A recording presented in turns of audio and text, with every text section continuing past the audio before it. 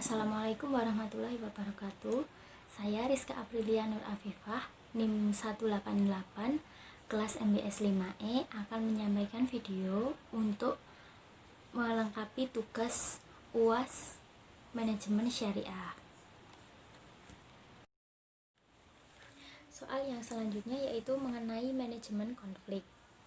Konflik dapat diartikan sebagai suatu perselisihan atau perbedaan paham antara seseorang pada orang lain atau sekelompok pada kelompok yang lain dan sebaliknya, sehingga melahirkan ketidakharmonisan dalam komunikasi organisasi. Keberadaan konflik sendiri dalam sebuah organisasi tidak dapat terhindarkan. Konflik akan hadir tanpa kita kehendaki dan kehadirannya tidak dapat dielakkan. Konflik organisasi digunakan untuk menjelaskan suasana ketenangan yang ada dalam sistem organisasi. Konflik organisasi dapat diamati melalui perbandingan kerja di antara departemen atau satuan kerja, antara staf atau para karyawan, jaringan komunikasi dan struktur organisasinya. Secara umum, konflik terdiri dari 3 komponen. Yang pertama, interest atau kepentingan, yakni suatu yang memotivasi orang untuk melakukan atau tidak melakukan sesuatu. Motivasi ini tidak hanya dari bagian keinginan pribadi seseorang, tetapi juga dari peran dan statusnya. Yang kedua, emotion atau emosi, yang sering diwujudkan melalui perasaan yang menyertai sebagian besar interaksi manusia seperti marah, kebencian, takut, dan penolakan.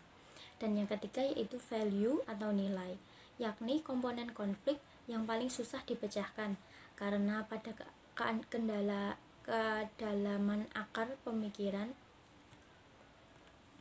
Yang ketiga yaitu value atau nilai, yakni komponen konflik yang paling susah dipecahkan karena nilai ini merupakan hal yang tidak bisa diraba dan dinyatakan secara nyata. Nilai berada pada kedalaman akar pemikiran dan perasaan tentang benar dan salah, baik buruk, yang mengarahkan dan memelihara perilaku manusia. Konflik dibedakan berdasarkan dari berbagai macam perspektif. Dalam kehidupan organisasi, lebih spesifik konflik dibedakan berdasarkan pihak-pihak yang saling bertentangan, yaitu terdapat 5 jenis. Yang pertama, konflik dalam diri atau individu, yang terjadi jika seseorang individu menghadapi ketidakpastian tentang pekerjaan yang diharapkan untuk melaksanakannya, bila berbagai permintaan pekerjaan saling bertentangan, atau bila individu diharapkan untuk melakukan lebih daripada kemampuannya. Yang kedua yaitu konflik antar individu dalam organisasi yang sama, di mana hal ini sering diakibatkan oleh perbedaan-perbedaan kepribadian. Konflik ini juga berasal dari adanya konflik antar peranan, seperti antar manajer dan bawahan. Yang ketiga yaitu konflik antar individu dan kelompok, yang berhubungan dengan cara individu menanggapi tekanan untuk keseragaman yang dipaksakan oleh kelompok kerja mereka. Misalnya seorang individu mungkin dihukum atau diasingkan oleh kelompok kerjanya karena melanggar norma-norma kelompok. Yang keempat yaitu konflik antar kelompok dalam organisasi yang sama, karena terjadi pertentangan kepentingan antar kelompok.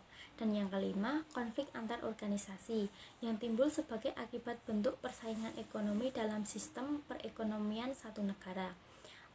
Konflik ini telah mengarahkan timbulnya pengembangan produk baru, teknologi dan jasa, harga-harga lebih rendah dan penggunaan sumber daya lebih efisien. Berdasarkan pada sumber terjadinya konflik dapat terjadi karena beberapa hal. Yang pertama yaitu masalah komunikasi, yang bisa terjadi pada masing-masing atau gabungan dari unsur-unsur komunikasi, yaitu sumber komunikasi, pesan, penerima pesan, dan saluran. Yang kedua dari struktur organisasi, yang secara potensial dapat memunculkan konflik. Tiap departemen atau fungsi dalam organisasi mempunyai tujuan, kepentingan, dan program sendiri-sendiri yang seringkali berbeda dengan yang lain. Dan yang ketiga yaitu faktor manusia. Sifat dan kepribadian manusia satu dengan yang lainnya berbeda dan unik. Manajemen konflik merupakan cara yang dilakukan oleh pimpinan dalam menstimulasi konflik, mengurangi konflik, dan menyelesaikan konflik yang bertujuan untuk meningkatkan performa kinerja individu dan produktivitas organisasi. Manajemen atau mengelola konflik harus mempunyai strategi yang tepat dalam menyelesaikan konflik.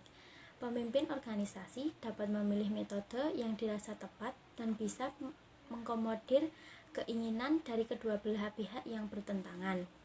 Secara umum, upaya mengakhiri konflik melalui strategi manajemen konflik terdapat 3 asumsi. Yang pertama, kalah-kalah.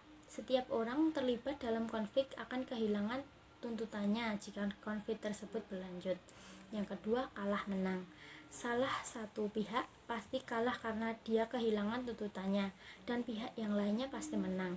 Indikasi selanjutnya adalah jika pihak yang kalah kurang menerima keputusan dengan sepenuh hati, maka di kemudian hari akan timbul konflik baru. Serta yang ketiga yaitu menang-menang. Dua pihak menang. Ini terjadi jika dua pihak kehilangan sedikit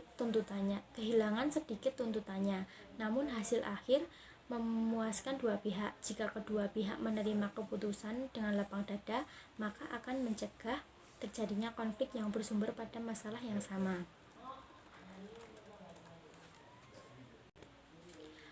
Konflik dalam organisasi tidak hanya harus dikelola dengan baik, tetapi juga harus didorong. Hal ini mengacu pada pandangan interaksionis karena konflik bisa menjadi kekuatan bagi organisasi untuk melakukan perubahan dan juga kemajuan.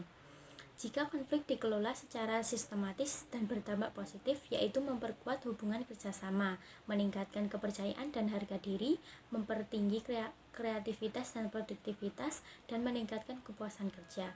Akan tetapi sebaliknya, manajemen konflik yang tidak efektif dengan cara menerapkan sanksi yang berat bagi penentang dan berusaha menekan bawahan yang menentang kebijakan sehingga iklim organisasi semakin buruk dan meningkatkan sifat ingin merusak.